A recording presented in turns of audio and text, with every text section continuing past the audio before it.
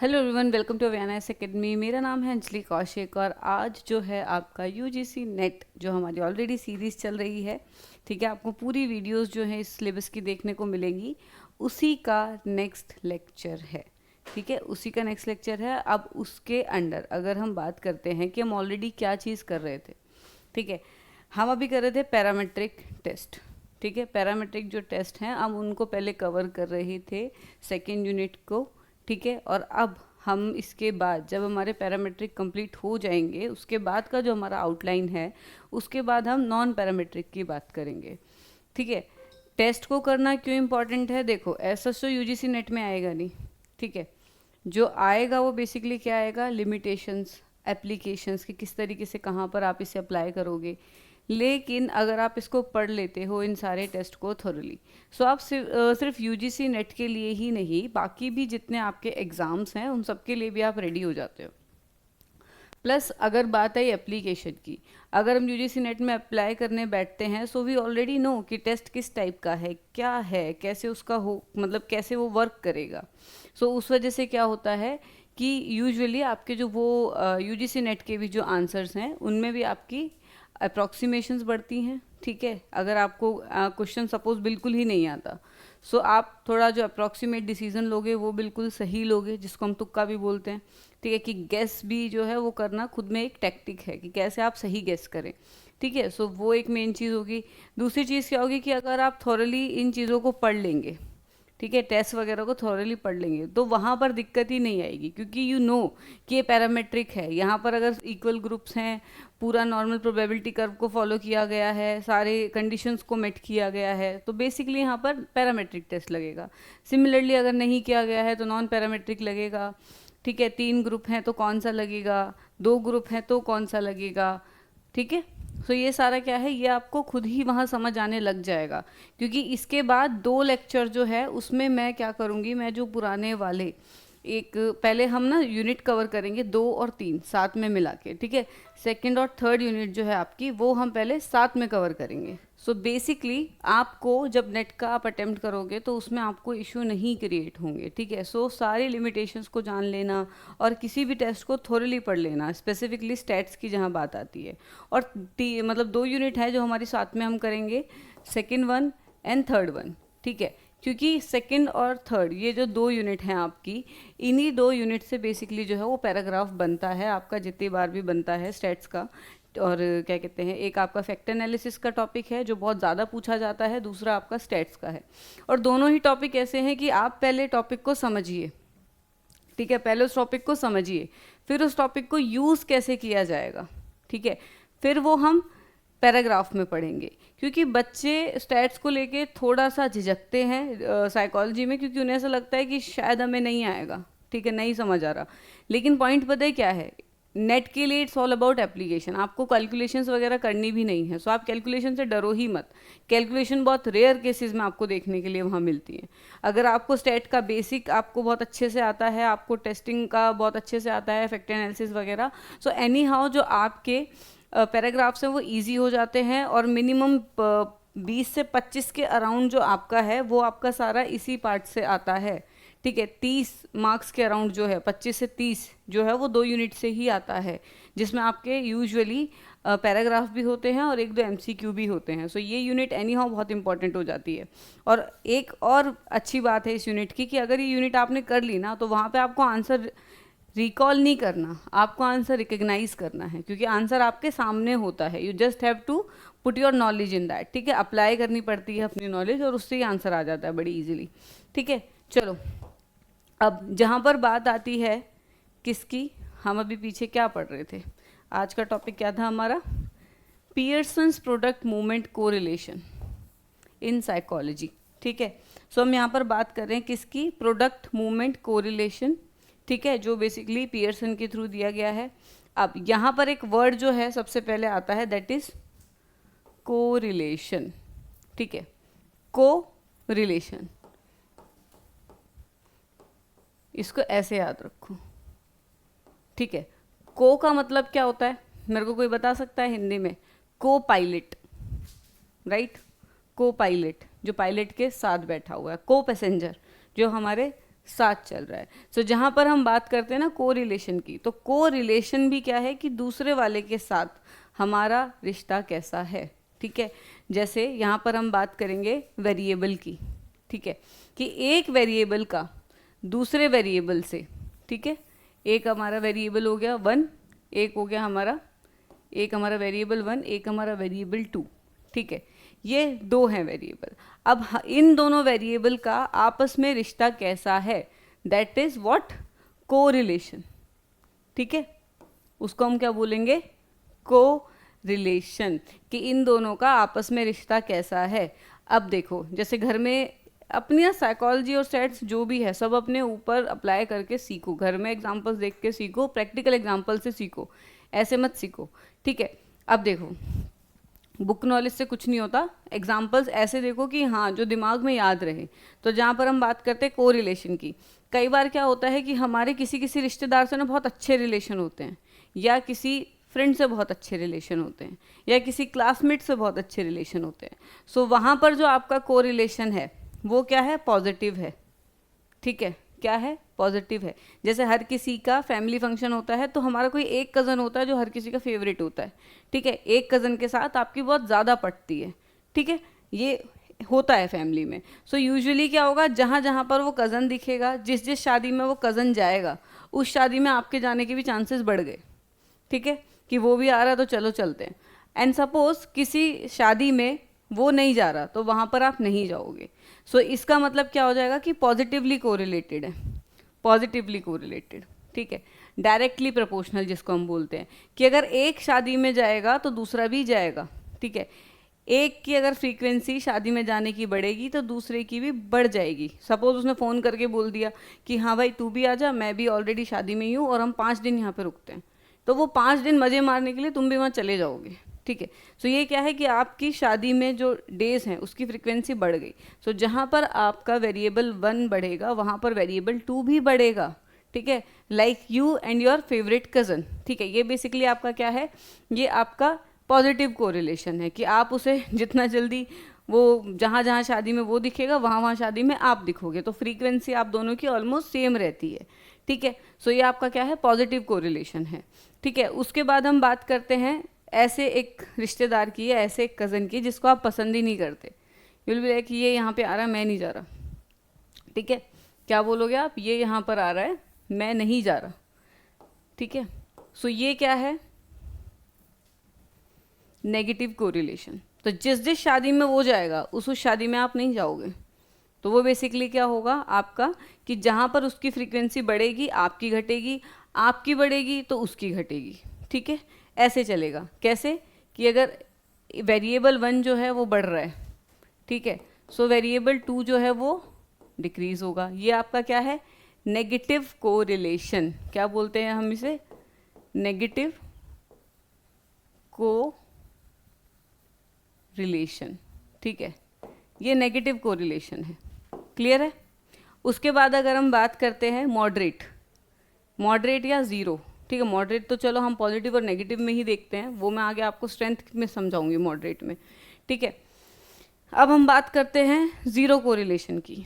Zero correlation क्या होता है कि ना आपको उसके आने से फ़र्क पड़ रहा, ठीक है, ना उसको आपके आने से। किसी शादी में जाते हो, बहुत से लोग ऐसे होते हैं जिनको आप जानते ही नहीं हो, उन्हें सिर्फ नमस्ते करना पड़ता है। ठीक है, ये लोग अरे ये लोग भी हैं, ठीक है नमस्ते। सो वो बेसिकली क्या है, वो आपका ज़ीरो कोरिलेशन है। You are no way related to them, आपको उनके आने से, जाने से, होने से, ना होने से फ़र्क नहीं पड़ रहा। सो जब भी एक वेरिएबल को, वेरिएबल 1, वेरिएबल 2, इन दोनों का आपस में कोई रिश्ता ही नहीं है। ठीक है, ये एक दूसरे के होने ना होने से अफेक्ट ही नहीं होते, ना इनकी फ्रीक्वेंसी अफेक्ट होती है, ना डिक्रीज होता है, ना इंक्रीज होता है, तो वो आपका क्या है, ज़ीरो कोरिलेशन।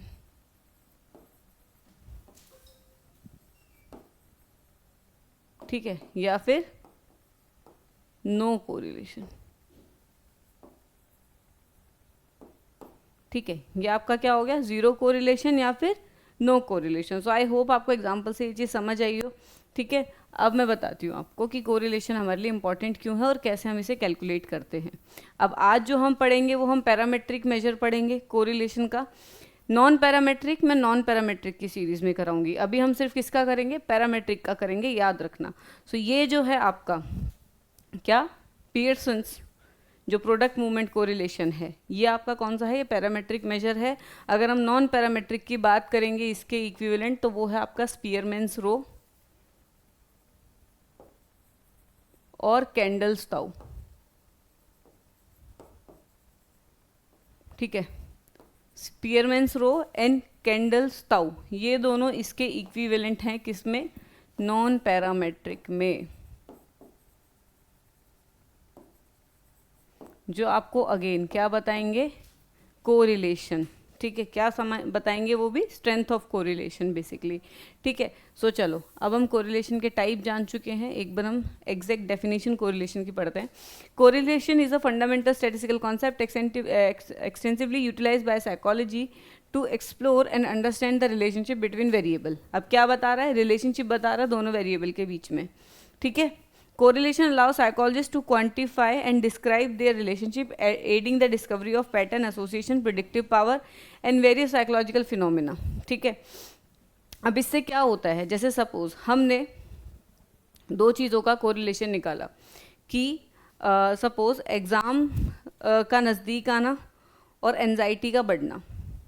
ठीक है, सो इसमें क्या हो गया कि जैसे जैसे एग्ज़ाम के दिन घटेंगे एंजाइटी बढ़ रही है। ठीक है, यहाँ पर दोनों में जो कोरिलेशन है क्या है आपका, नेगेटिव है। ठीक है, एंजाइटी अगर बढ़ रही है, ठीक है, एंजाइटी अगर बढ़ रही है, ठीक है, तो इसका मतलब क्या है कि एग्ज़ाम के जो डेज हैं,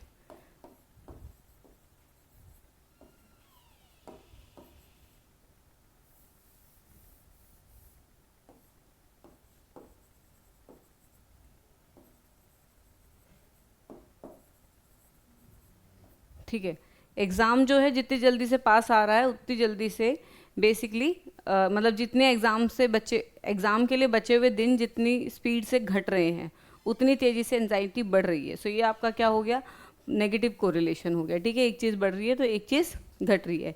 सपोज दूसरी चीज़ हम इसमें क्या लगा सकते हैं कि आपकी स्टडी आवर्स, ठीक है, स्टडी आवर्स और आपकी एग्ज़ाम परफॉर्मेंस कि आपने एग्ज़ाम में कैसा परफॉर्म करा।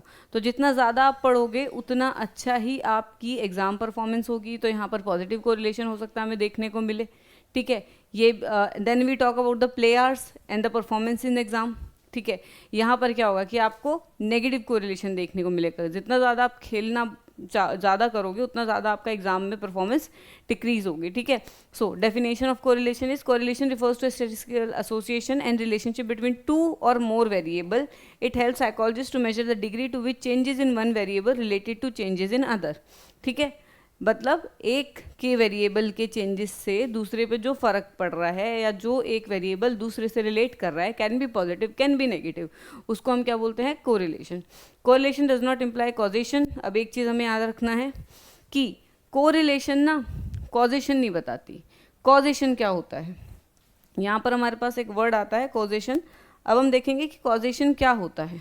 ठीक है, कॉजेशन का मतलब होता है कि इसका रीज़न ये है। ठीक है, किसका रीज़न क्या है, वो चीज़ बेसिकली क्या है हम नहीं बता सकते कोरिलेशन के थ्रू। उसके लिए हमें बाद में और भी मेजर्स जो है वो इम्प्लाई करने पड़ते हैं। हम कोरिलेशन मेजर्स के थ्रू हम कॉजेशन नहीं बता सकते कि किसकी वजह से क्या चीज़ हो रही है। वेरिएबल अब ये नहीं बता सकते ना, जैसे मैंने आपके कज़न वाला एग्जांपल दिया, वेरिएबल 1 ठीक है डायरेक्टली प्रोपोर्शनल टू वेरिएबल 2। ठीक है, एक कज़न है, दोनों कज़न में अच्छी दोस्ती है। ठीक है, एक जाता है तो दूसरा भी उसी शादी में मिलेगा, दूसरा जाता है तो ये भी उसी शादी में मिलेगा। अब ये थोड़ी बता सकते हैं कि कौन सा किसको बुला रहा है, रीज़न क्या है, कौन सा पहले शादी में जा रहा है जिसकी वजह से दूसरा आ रहा है, नहीं बता सकते ना, हम कॉजेशन नहीं बता सकते यहाँ पर।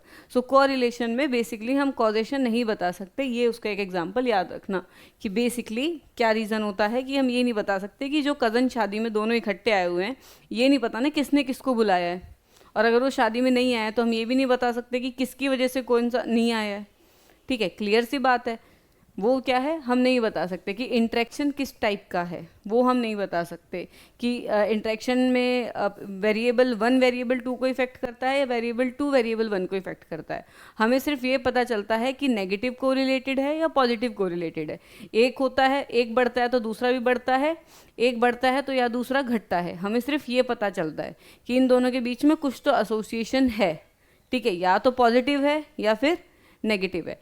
लेकिन किसकी वजह से किस पे इफेक्ट आ रहा है ये हमें नहीं पता, ये चीज़ ध्यान में रखना, ठीक है। Then we talk about the strength of correlation. अब जहाँ हम बात करते हैं स्ट्रेंथ ऑफ कोरिलेशन की, पहली बात, कोरिलेशन कैसे होता है, देखो कोरिलेशन ये नीचे लिखा हुआ, मैं दोबारा नहीं लिख रही, ठीक है। ये है कोरिलेशन की स्ट्रेंथ, यहाँ पर आएगा -1, ये हो गया आपका +1, और ये बीच में आपका लाई करता है 0, ठीक है। जितना ज़्यादा एक वैल्यू 0 के करीब होगी, इसको हम ये भी बोल सकते हैं range of correlation. Range of correlation क्या होती है आपकी, याद रख लेना, -1 to +1, ठीक है। -1 to +1 हो सकता है पेपर में 1 भी लिखा हुआ हो, डोंट कन्फ्यूज़, ठीक है, डोंट कन्फ्यूज़। पेपर में -1 से 1 भी लिखा रहता है, जस्ट डोंट कन्फ्यूज़, ठीक है, वो +1 ही लिखा हुआ है वहाँ पर, ठीक है। सो ये आपकी रेंज है कोरिलेशन की। अब जहाँ पर हम बात करते हैं कोरिलेशन की रेंज की, देखो जैसा मैंने बताया, अगर फ़र्क नहीं पड़ता, 0 कोरिलेशन है तो वो हमेशा यहाँ होगा। जितनी ज़्यादा एक वैल्यू क्लोज़र है किसके, 0 के, ठीक है, उतना ज़्यादा जो कोरिलेशन है वो कम है, ठीक है। नो कोरिलेशन, नो कोरिलेशन, जितना ज़्यादा 0 के पास होगी वैल्यू उतना ही वीक या फिर 0 कोरिलेशन होगा। 0 कब होगा, जब यहाँ पर होगा। वीक कोरिलेशन कब होगा, जब आपकी इस वाली रेंज में होगा, ठीक है। और वीक कोरिलेशन जो है वो बेसिकली आपका 0.5 से नीचे होता है, ठीक है। सपोज ये 0.5 वैल्यू है, 0.5,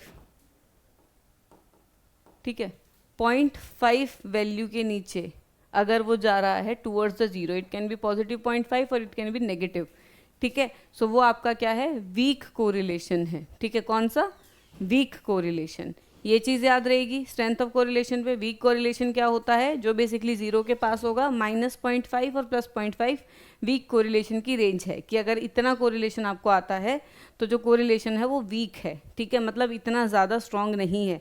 ज़रूरी नहीं है कि एक कज़न गया है तो दूसरा वहाँ पर मिलेगा ही मिलेगा, ऐसा नहीं है। मतलब चांसेस है कि एक आए तो दूसरा ना आए, मतलब ऐसे वाले दोस्त जिनसे ज़्यादा फर्क ना पड़े, जो ज़्यादा आपको अफेक्ट ना करे, ठीक है। सो वहाँ पर वीक कोरिलेशन हम बोलेंगे, ठीक है। अब ये चीज़ समझ में आ गई। Then we will be talking about the scatter plot, ठीक है। वीक कोरिलेशन के साथ ही मैं आपको स्कैटर प्लॉट का भी साथ में समझा देती हूँ। स्कैटर प्लॉट ये होते हैं,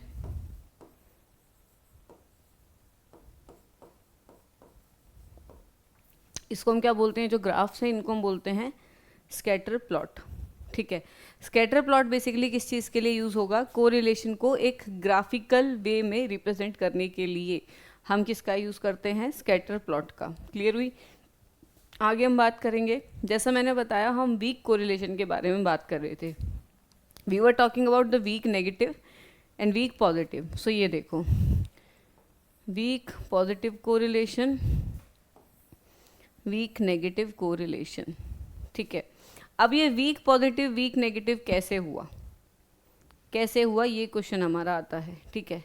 हो सकता है एक की फ्रीक्वेंसी, अब ये देखो अगर ये बिल्कुल स्ट्रॉन्ग लाइन पे आते ना, कि एक भी आ रहा है तो दूसरा भी आएगा, तीसरा भी आएगा। जैसे आपका स्ट्रॉन्ग पॉजिटिव देखो आप यहाँ पे, परफेक्ट पॉजिटिव जिसको हम बोल रहे हैं, ठीक है, स्ट्रॉन्ग नहीं परफेक्ट। देखो परफेक्ट में क्या है कि बिल्कुल सेम है, एक की फ्रीक्वेंसी बढ़ रही है तो दूसरे के साथ साथ आपकी बढ़ रही है, वो हमें क्लियरली दिख रहा है। ये भी बढ़ रहा है यहाँ से और ये भी बढ़ रहा है यहाँ से, ठीक है। सो ये बेसिकली क्या है, ये हमें क्लियर कट दिख रहा है कि एक्स वेरिएबल और वाई वेरिएबल सपोज यहाँ पर 2 हैं, तो अगर एक बढ़ रहा है तो दूसरा भी बहुत क्लियर कट बढ़ रहा है। ऑलमोस्ट सिंगल लाइन ऐसे आपको लीनियर रिलेशनशिप की देखने को मिल रही है।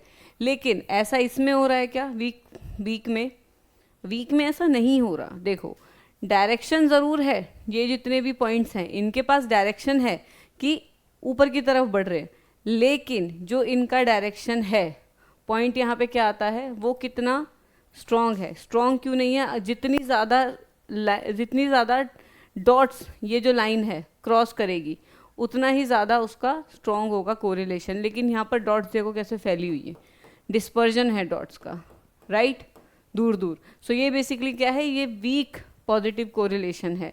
सिमिलरली 0.5 प्लस 0.5 तक रहेगा ये, उससे नीचे उससे बिलो जितना भी होगा आपका वीक पॉजिटिव कोरिलेशन होगा। देन नेगेटिव 0.5 से अगर हम बात करेंगे इस साइड की, सो आपका ऐसे वाला ग्राफ बनेगा, क्योंकि अगर ये वाला बढ़ रहा है तो ये वाला घट रहा है। सपोज ये आपका y हो गया, ये आपका x हो गया, ठीक है। सो अगर x बढ़ रहा है तो y जो है वो डिक्रीज हो रहा है यहाँ पर, ठीक है।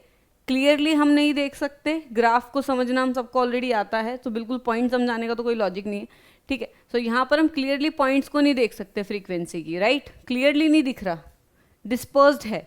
लेकिन ये पता है कि एक डायरेक्शन है डाटा का, ठीक है, डाटा का एक डायरेक्शन है, पॉइंट्स के पास एक डायरेक्शन ऑलरेडी है, राइट, वो हम देख सकते हैं यहाँ पर। सो ये भी आपका वीक नेगेटिव कोरिलेशन के अंडर काउंट होगा, ठीक है। देन जैसा मैंने बताया जीरो कोरिलेशन, जीरो कोरिलेशन कौन सा है, जो आपके वैसे वाले रिश्तेदार हैं जिनको शायद आप जानते ही नहीं हो, ठीक है, ना आपको उनके आने से फ़र्क पड़ रहा है ना उनको आपके आने से फ़र्क पड़ रहा है। किसी शादी में वो जाएंगे, किसी में आप जाओगे, किसी में दोनों जाएंगे, डज नॉट रिलेटेड, ठीक है, वो एक दूसरे से रिलेटेड नहीं है। तो वो बेसिकली आपके क्या है, जीरो कोरिलेशन। तो देखो इसमें पता चल रहा है y और x का, ये आपका y है, ये आपका x है। अब इसमें कोई फ़र्क बता दो, कोई पता चल रहा है, कोई डायरेक्शन है आपके डाटा का, कोई पॉजिटिव कोई नेगेटिव कुछ दिख रहा है आपको, कुछ नहीं दिख रहा, बस डॉट्स जो है वो ऐसे ऐसे जगह जगह पर लगे हुए हैं, कोई डायरेक्शन है ही नहीं आपके पास डाटा का। सो ये क्या बता रहा है आपको, ज़ीरो कोरिलेटेड, ठीक है, ज़ीरो कोरिलेटेड,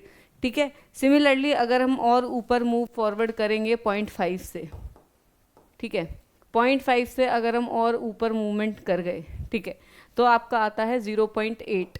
ये जो लिमिट्स हैं उनको याद रख लेना, क्योंकि उसी के थ्रू आप बताओगे कि पॉइंट पॉजिटिव है आपका कोरिलेशन या नेगेटिव है, स्ट्रॉन्ग है या वीक है, वो सारा आपको इसी के थ्रू देखना पड़ेगा, या परफेक्ट पॉजिटिव है, ठीक है। परफेक्ट पॉजिटिव का मतलब तो बिल्कुल ही कट टू कट हो गया, एक बढ़ा तो दूसरा आया। सपोज जिस भी शादी में आप गए उसमें आपका दोस्त आया ही आया, ठीक है, आपका जो कज़न है वो आया ही आया। सिमिलरली जिस शादी में वो गया उस शादी में आप भी गए ही गए, तो ये आपका परफेक्ट पॉजिटिव कोरिलेशन है।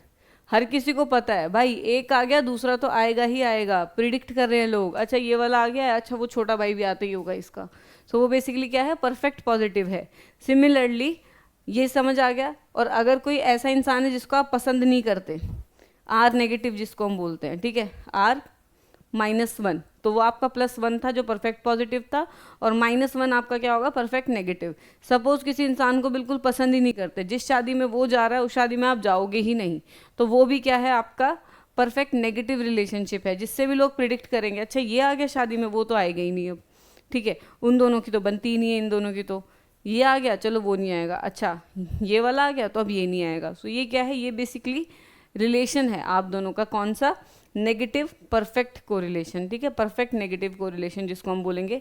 देन हम बात करेंगे स्ट्रॉन्ग पॉजिटिव की। स्ट्रॉन्ग पॉजिटिव की रेंज है आपकी 0.8 से अबोव, ठीक है, 0.8 के अराउंड, और उससे अबोव आपका स्ट्रॉन्ग पॉजिटिव कोरिलेशन में आता है, जिसमें बेसिकली क्या है कि थोड़ा बहुत टाइम ऐसा हुआ कि तबीयत खराब है, कहीं जाना हुआ तो वो आया तो आप नहीं जा पाए, या कोई ऐसी रीज़न हुआ, पर usually you both are together, ज़्यादातर टाइम साथ हो, लेकिन कई बार ऐसा होता है कि बिकॉज ऑफ सर्कमस्टांसेस आप सिमिलर चीज़ नहीं कर पाते, ठीक है, तो वो बेसिकली आपका क्या हो गया, strong positive correlation.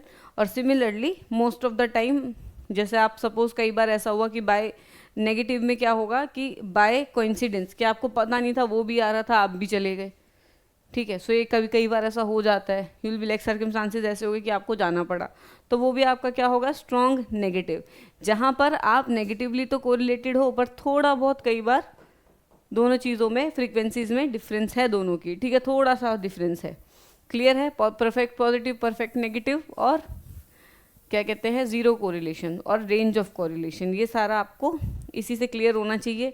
Graph major चीज़ है, ग्राफ अगर समझ लोगे तो बहुत इजी हो जाएगा। परफेक्ट पॉजिटिव आपका कौन सा है, जिसमें एक बढ़ रहा है तो दूसरा भी बढ़ेगा ही बढ़ेगा, ठीक है। स्ट्रॉन्ग पॉजिटिव क्या है कि कई यूजुअली बढ़ता है, लेकिन कई बार थोड़ा बहुत ऊपर नीचे भी हो जाता है, ठीक है।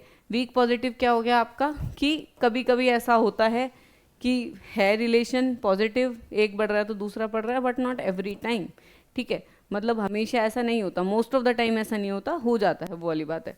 और जो जीरो कोरिलेशन क्या है, जहाँ पर रिश्ता ही नहीं है। देन पॉजिटिव नेगेटिव कोरिलेशन क्या है कि एक बढ़ता है तो एक घटेगा।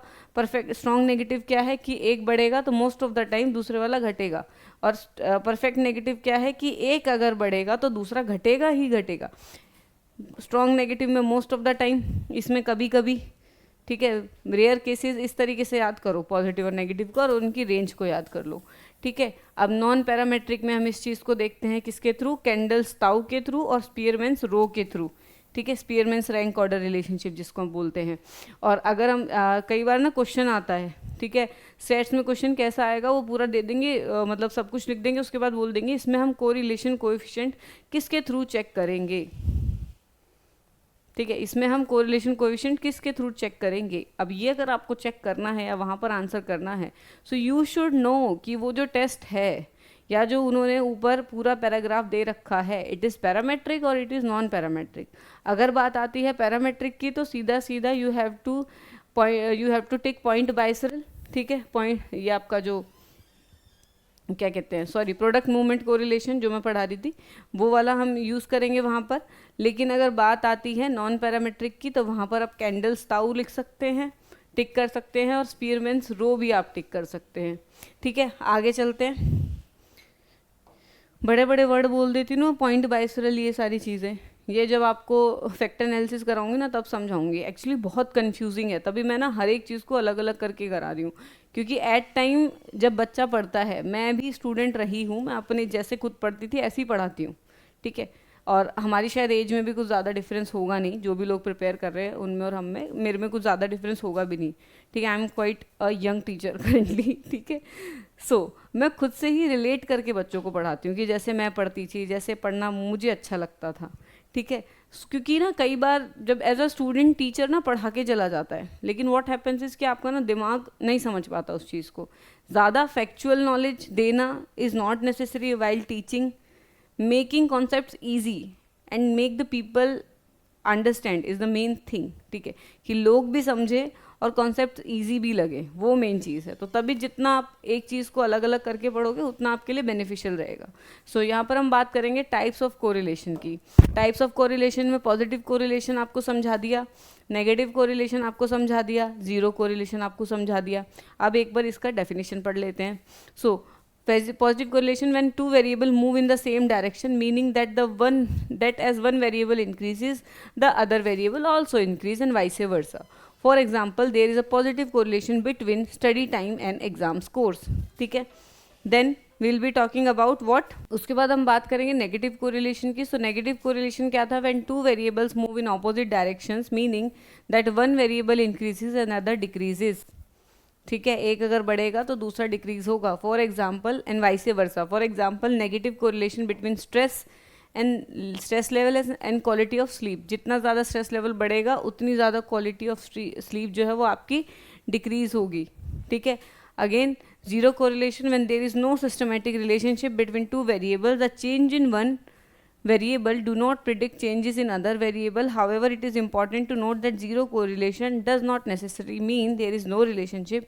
It simply means there is no linear relationship, ठीक है। अब ये वर्ड क्यों आया लीनियर रिलेशनशिप, क्योंकि यही चीज़ जो है, यही कोरिलेशन की एक लिमिटेशन भी है, ठीक है। कोरिलेशन कोएफिशिएंट जो हम कैलकुलेट करते हैं, कोरिलेशन की जो हम बात करते हैं, उसकी कुछ कुछ लिमिटेशंस है। जैसे एक तो एक कॉजुअलिटी नहीं बता सकती, ठीक है, कॉजल नेचर नहीं बता सकती कि कौन सा वेरिएबल कौन से को अफेक्ट कर रहा है।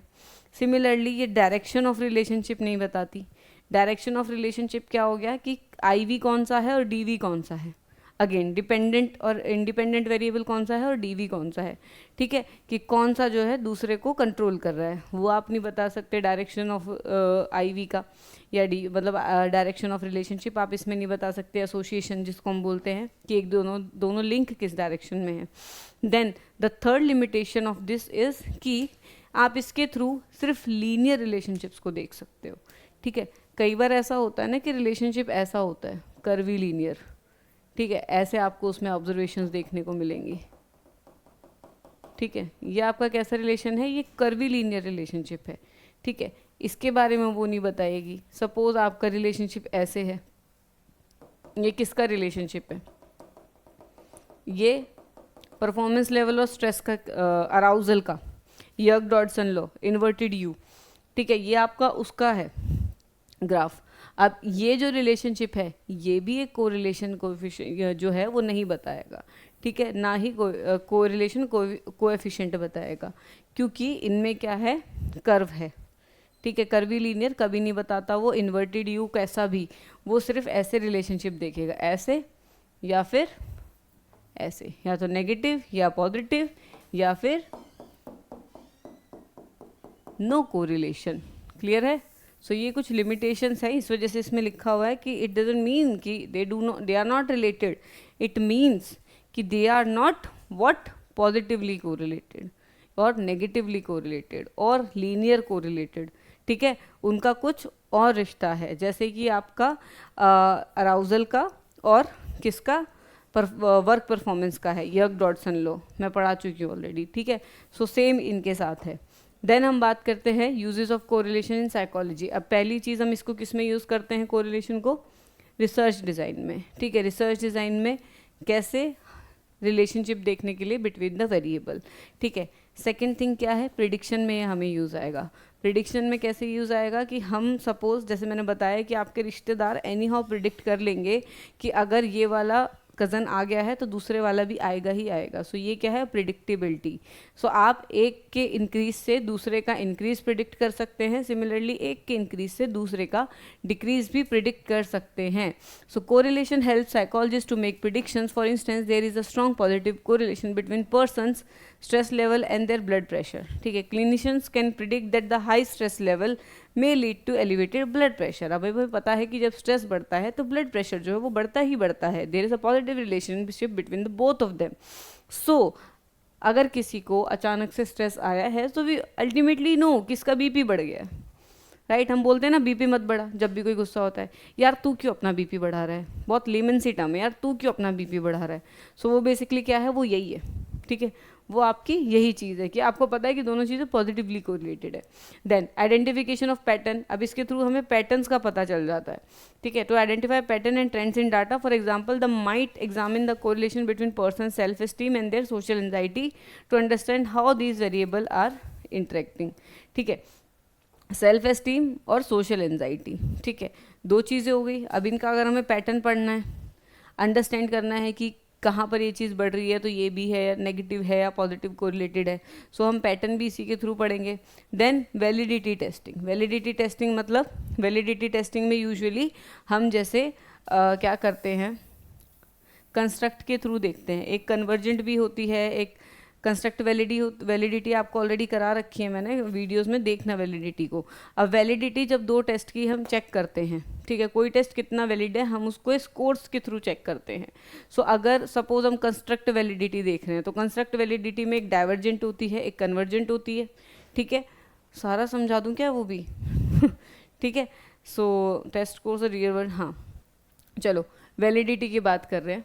ठीक है, अब वैलिडिटी की अगर हम बात करेंगे, सो वैलिडिटी का मतलब होता है कि टेस्ट कितना वैलिड है, हाउ मच इट मेजर्स, मतलब till what extent it measures what it shows to be major.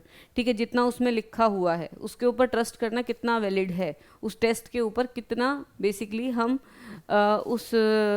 कितना बेसिकली एक जो टेस्ट है वो जस्टिफिएबल है अपने कंस्ट्रक्ट के साथ, जिसको भी वो बेसिकली टेस्ट कर रहा है। सपोज एक ऑलरेडी इंटेलिजेंस, आपका इंटेलिजेंस का टेस्ट बना हुआ है, right, and I also conduct another one. ठीक है, मैंने भी एक नया इंटेलिजेंस टेस्ट जो है वो कंस्ट्रक्ट कर दिया।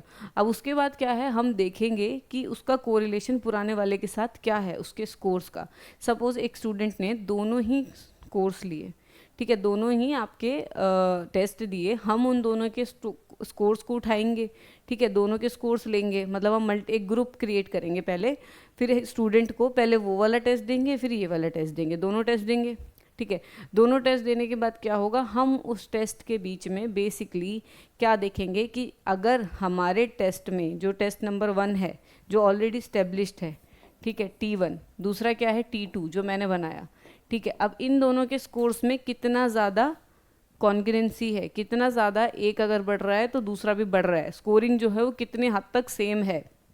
सपोज वो ऑलरेडी स्टेब्लिश है, उसमें अगर 1 है तो मेरे में 2 है, ठीक है, स्टिल नियर बाय है, हम +-2 का 1 पॉइंट का लेके चलते हैं, ठीक है, +-2 का हम डिफरेंस इसमें लेके चलेंगे, ठीक है। तो यहाँ पर क्या है, पॉजिटिव कोरिलेटेड है, तो मेरा टेस्ट ठीक है, वैलिड है।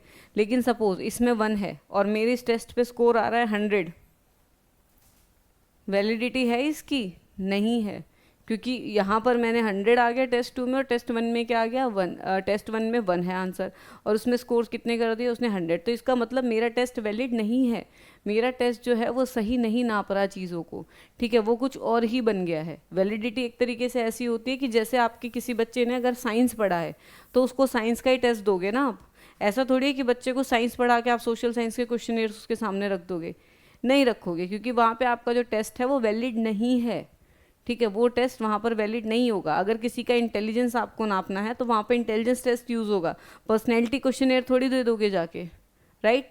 सो वो आपकी वैलिडिटी होती है कि बेसिकली जो मेजर करना है ये उसको मेजर कर भी रहा है या ये कुछ और ही मेजर कर रहा है, ठीक है। अगर सपोज मैं एक पर्सनैलिटी के क्वेश्चंस उसमें यूज़ करूँ, अब जैसे मैंने T1 T2 आपको बताया, ठीक है, T1 हो गया, एक आपका T2 हो गया। अगेन सेम एक सिमिलर एग्जांपल हम लेके चलते हैं। T1 T2 मैंने 2 टेस्ट लिए, ये वाला टेस्ट था आपका इंटेलिजेंस का, ठीक है, ये वाला टेस्ट आपका किसका हो गया, इंटेलिजेंस का। अब मैंने जो टेस्ट बनाया, मैंने उसमें जो यूजुअली क्वेश्चंस यूज़ करे वो मैंने अपने कर लिए पर्सनैलिटी के, ठीक है। अब मैं पर्सनैलिटी के टेस्ट से इंटेलिजेंस नापने की क्वेश्चन करूं, कोशिश अगर मैं करती हूँ, तो क्या ये वैलिड है, ये वैलिड नहीं है। सो वैलिडिटी यही होती है, ठीक है, कि किस हद तक वो एक जो है जिस कंस्ट्रक्ट की वो बात कर रहा है वो उसको नापता है, ठीक है। जो भी आपका टेस्ट है, इंटेलिजेंस टेस्ट इंटेलिजेंस के लिए वैलिड होगा, पर्सनैलिटी टेस्ट पर्सनैलिटी के लिए वैलिड होगा, ठीक है। याद रखना ये चीज़, आप दोनों की अपनी अपनी वैलिडिटी है। Reliability is totally a different thing, reliability, ठीक है, और अ टेस्ट जो है, एक टेस्ट जो है वो रिलायबल हो सकता है हमेशा, ठीक है, लेकिन वैलिड नहीं हो सकता। A test can be reliable but not valid, ठीक है। और अगर वैलिडिटी है तो रिलायबिलिटी आपकी होगी ही होगी, ठीक है। अगर आपकी वैलिडिटी उसकी है तो रिलायबिलिटी होगी ही होगी। टेस्ट रिलायबल है डजंट मीन कि वैलिड है। देखो, अगर मैंने इंटेलिजेंस टेस्टिंग और पर्सनैलिटी टेस्टिंग की यूज़ करा, ठीक है, दोनों के टेस्ट मैंने यूज़ करे, अब मैं इंटेलिजेंस को अगर पर्सनैलिटी के ऊपर लगाऊं, T1 T2 again, test 1 test 2 आप एग्जाम्पल लो। टेस्ट 1 आपका क्या था, इंटेलिजेंस वाला था, और टेस्ट 2 आपका पर्सनैलिटी वाला था। अब अगेन इसमें एक चीज़ आप देखना कि पर्सनैलिटी टेस्ट और इंटेलिजेंस टेस्ट दोनों टेस्ट बहुत वेल स्टेब्लिश टेस्ट है, ठीक है। सपोज मैंने यहाँ पे EPQ ले लिया, या आपका 16 PF मैंने यहाँ पे यूज़ कर लिया। कौन सा यूज़ कर लिया मैंने यहाँ पे, 16 PF, well known personality test. उसके बाद अगर हम बात करते हैं इंटेलिजेंस टेस्ट की, सो इंटेलिजेंस टेस्ट में मैंने VAIS ले लिया,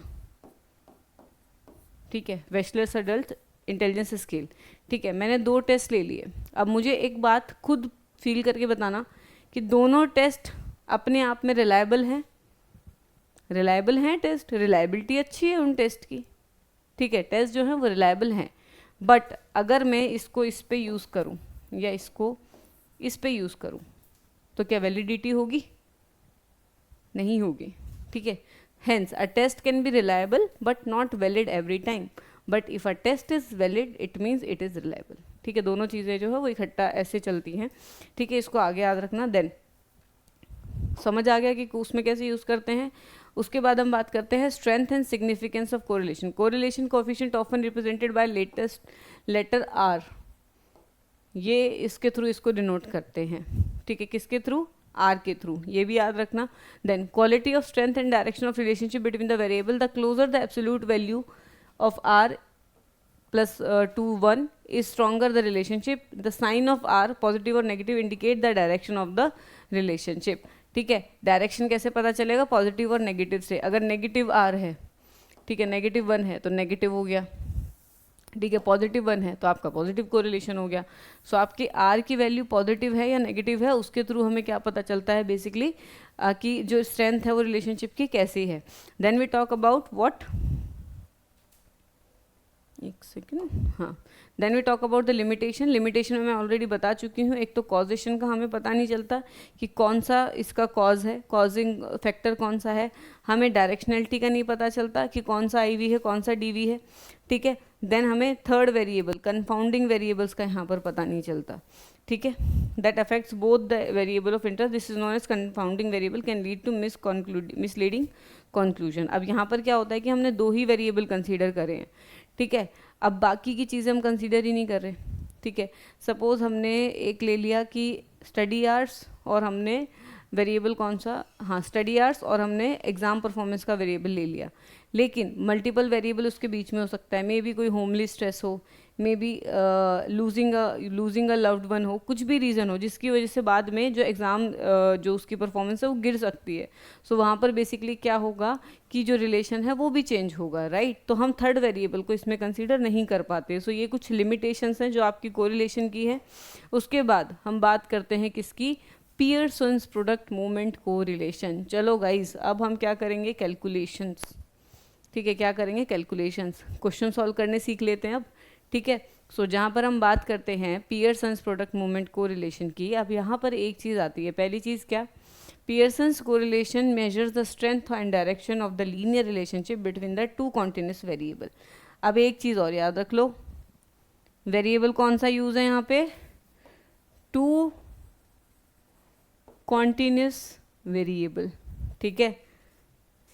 याद रखने के लिए क्यों बोल रही हूँ ये चीज़, क्योंकि ऑर्डिनल के लिए दूसरा यूज़ होगा, ठीक है।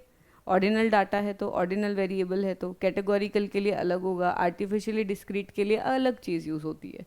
सो ऐसे ही ये चीज़ याद रखना कि ये किसके लिए है, टू कॉन्टिन्यूस वेरिएबल के लिए। कौन से के लिए, टू कॉन्टिन्यूस वेरिएबल के लिए। Be very clear about it कि ये कहाँ पर यूज़ होगा, जहाँ पे दो कॉन्टिन्यूस वेरिएबल हैं। देन रेंज इसकी क्या है, -1 से +1 तक, ठीक है। Commonly denoted as r, clear है। आगे चलते हैं। सो पर्पस सिग्निफिकेंस क्या है पियर्सन कोरिलेशन की, कि एक तो एसोसिएशन का हमें पता चलता है, दूसरा हम पैटर्न्स को आइडेंटिफाई कर पाते हैं, तीसरा हम हाइपोथेसिस रिसर्च के लिए बेसिकली, ठीक है, हम इसको यूज़ करते हैं। देन कैलकुलेशन की बात कर रहे हैं। सो ये वाली जो स्लाइड है उसको आप पढ़ लेना, पर आगे मैं इसको समझा ही देती हूँ सीधा सीधा, ठीक है।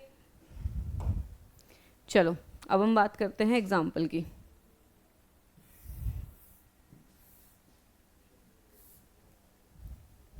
So now we'll be doing the example. So the question says examining the relationship between study time and the exam score. Study time और exam score के बीच में हम relationship को basically देखने का try कर रहे हैं, ठीक है। अब पहले इस question को हम पूरा पढ़ेंगे, सबको I hope ये question दिख रहा है, ठीक है। So the question says suppose you are a psychology researcher interested in understanding if there is a relationship between the amount of time students spend studying for an exam and their exam score, ठीक है। क्या इन दोनों चीज़ में कोई रिश्ता है कि जितने टाइम बच्चा पढ़ रहा है और जैसा उसका बेसिकली एग्ज़ाम स्कोर आ रहा है। ये हमारी स्टडी है, ठीक है। You collect data from 10 students, 10 student से इन्होंने डाटा पिक किया, and record the number of hours each student spend studying and there corresponding exam score, ठीक है।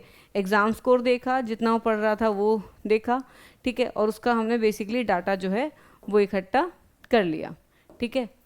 क्लियर हुई ये बात। अब ये हमारा सारा डाटा हो गया, ठीक है। 10 स्टूडेंट थे, time hours, exam score, clear है। अब हम आगे बात करते हैं। एक तो इसका फॉर्मूला ये वाला होता है जो आपको सिंगल सिंगल सारे जो हैं उससे निकालना पड़ता है, ठीक है। इसमें कैलकुलेशन काफ़ी ज़्यादा होती है, ठीक है। ये वाला फॉर्मूला अगर आप चाहें तो यूज़ कर सकते हैं, ऐसे वाली बात नहीं कि मैंने नहीं दिखाया, ये वाला भी आपके पास एक एग्जाम्पल है, ठीक है। देन हम बात करते हैं जिसके हम यहाँ पर बात कर रहे हैं। सबसे पहले हम क्या करेंगे, calculate the mean average of both study time and exam score. दोनों की मीन एवरेज निकाल ली।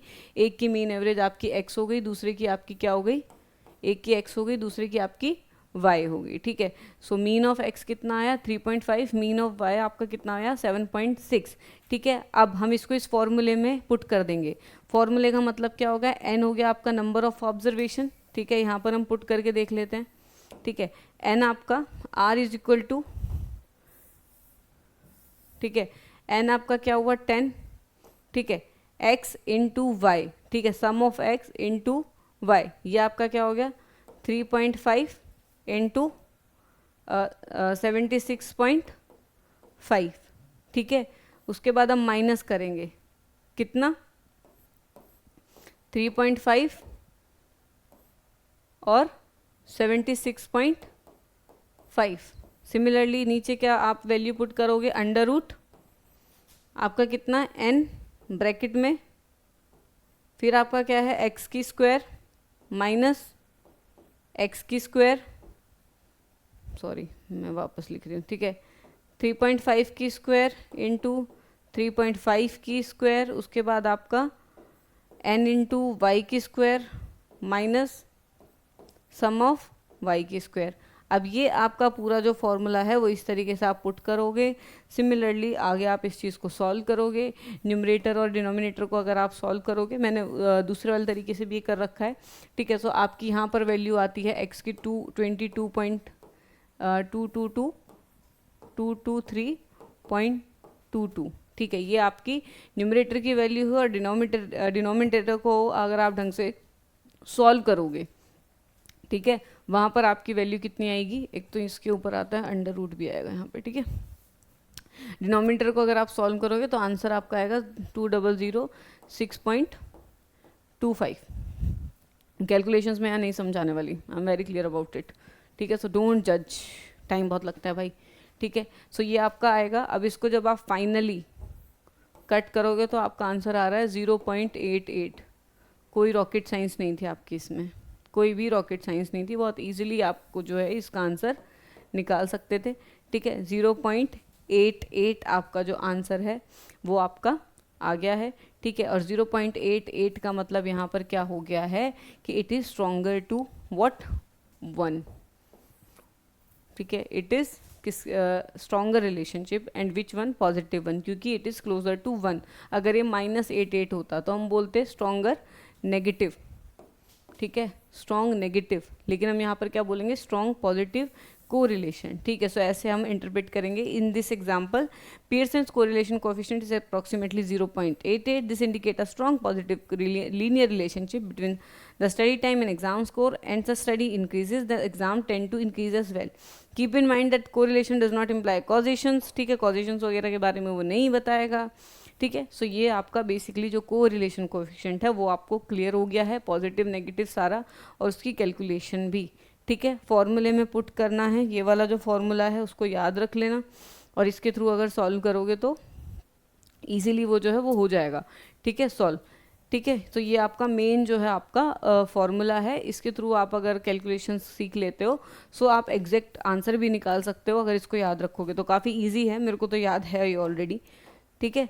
सो आगे देखते हैं next, strength and limitation. Limitation में ऑलरेडी बता चुकी हूँ, सिर्फ लीनियर रिलेशनशिप बताएगा।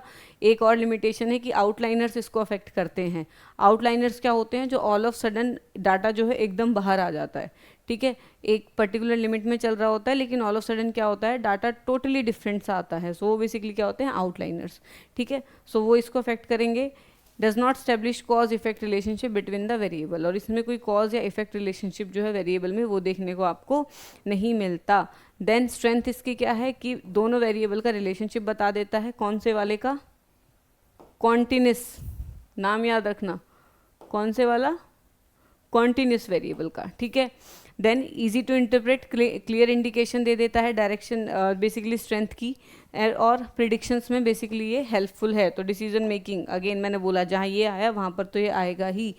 देन हम बात करते हैं कि कहाँ कहाँ हम इसको यूजुअली अभी भी यूज़ कर सकते हैं। एक example, study habit and exam performance, ठीक है, कैसे दोनों चीज़ें रिलेटेड हैं। देन एंजाइटी एंड कोपिंग मैकेनिज्म, ठीक है, कि बेसिकली इसमें क्या है नेगेटिव आपका हो सकता है कि कोपिंग मैकेनिज्म अगर उसके अच्छे हैं, माल एडेप्टिव नहीं एडेप्टिव है। स्ट्रेस और कोपिंग पे ऑलरेडी एक वीडियो पड़ी हुई है, सो वो आप इसके लिए रिफर कर सकते हैं। देन sleep quality and mental health, ठीक है, जितनी स्लीप क्वालिटी बढ़ेगी उतनी ज़्यादा मेंटल हेल्थ अच्छी होगी, ठीक है, मेंटल हेल्थ जितनी अच्छी होगी उतनी अच्छी आपकी स्लीप क्वालिटी होगी। देन मिसकंसेप्शन क्या है, कॉजेशन कॉरिलेशन, कि ये नहीं बताता लेकिन हमें लगता है कि कॉजेशन ये बता देता है, ये नहीं बताता। B very clear about it. कोई भी इंसान, कोई भी बच्चा अगर कहीं पे ये लिखा आ रहा है कि इनमें से कौन सी स्टडी जो है वो कॉज एंड इफेक्ट रिलेशनशिप को बताती है, तो let me tell you very very clear, don't mark correlation over there. I have done the same mistake, समझने में वक्त लगता है इन चीज़ों को। तो मैं जितनी भी माइन्यूट जो मिस्टेक्स हैं जो शायद मेरे पे भी पढ़ते टाइम होती थी, मैं उन सबको ध्यान रख के ही एक एक पॉइंट को कैटर करती हूँ, ठीक है। देन कोरिलेशन जो है बेसिकली कौन सा बताता है, सिर्फ लीनियर रिलेशनशिप का, कभी भी नॉन लीनियर का नहीं बताएगा। देन आउटलाइनर इम्पैक्ट द कोरिलेशन, और आउटलाइनर जो है वो कोरिलेशन को काफ़ी ज़्यादा इफेक्ट करते हैं, ठीक है। सो समझ आ गया सबको? आई होप ये वाला लेक्चर आप सबको क्लियर है। आज जो है मैंने कोरिलेशन पढ़ाया, कौन से वाला, पैरामेट्रिक वाला, जिसमें आपका कौन से वाला टॉपिक हमने कवर करा है, बताओ, दिमाग में याद करो कौन सा टॉपिक हमने अभी कवर करा है, ठीक है। पियर्सन्स कोरिलेशन कोएफिशिएंट, या फिर पियर्सन्स मूवमेंट कोरिलेशन कोएफिशिएंट, ठीक है। पियरमैन्स मूवमेंट प्रोडक्ट कोरिलेशन, नाम बड़े कंफ्यूजिंग है इनके, मैं बता रही हूँ बहुत ज़्यादा। पॉइंट बाइसरल भी एक है, ठीक है, point biserial is there, Kendall's tau is there, then the Spearman's rho is there. इतने सारे टेस्ट है ना, you will be like oh shit, you will get confused अगर मैं एक स्लाइड में सारा करा दूँ तो, या एक लेक्चर में सारा करा दूँ तो। सो तभी हम एक एक लेके चल रहे हैं। ये आपका क्या था, पियरमैन्स मूवमेंट कोरिलेशन इन साइकोलॉजी, ठीक है। और इसको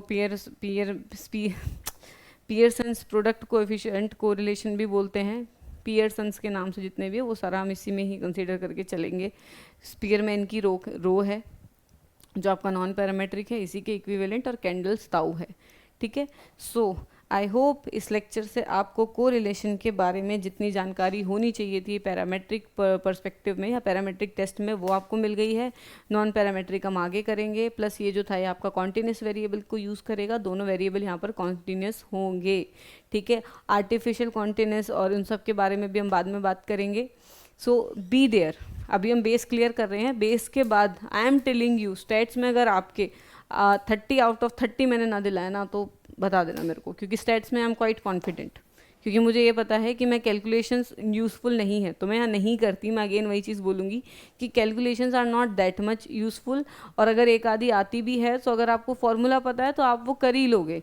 मैं यहाँ पर बैठ के प्लस माइनस करूँ, दैट डजंट मेक सेंस, ठीक है।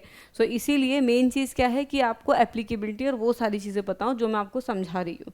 सो अगर यहाँ से आप सारा स्टैट्स पढ़ रहे हो साइकोलॉजी का, सो आई कैन गारंटी यू कि यूजीसी नेट का जो भी आपका वो आता है, पैराग्राफ आता है, वो तो आपका नहीं अटकेगा। I am the one who was scared of stats as well. मैं इतनी डरती थी ना स्टैट्स की कि मेरा फर्स्ट अटैम्प्ट जब स्टैट्स का था, आई एम टेलिंग यू, मैं नहीं पढ़ के गई थी, मैं सारी यूनिट कर गई थी, मैंने स्टैट्स नहीं पढ़ा था।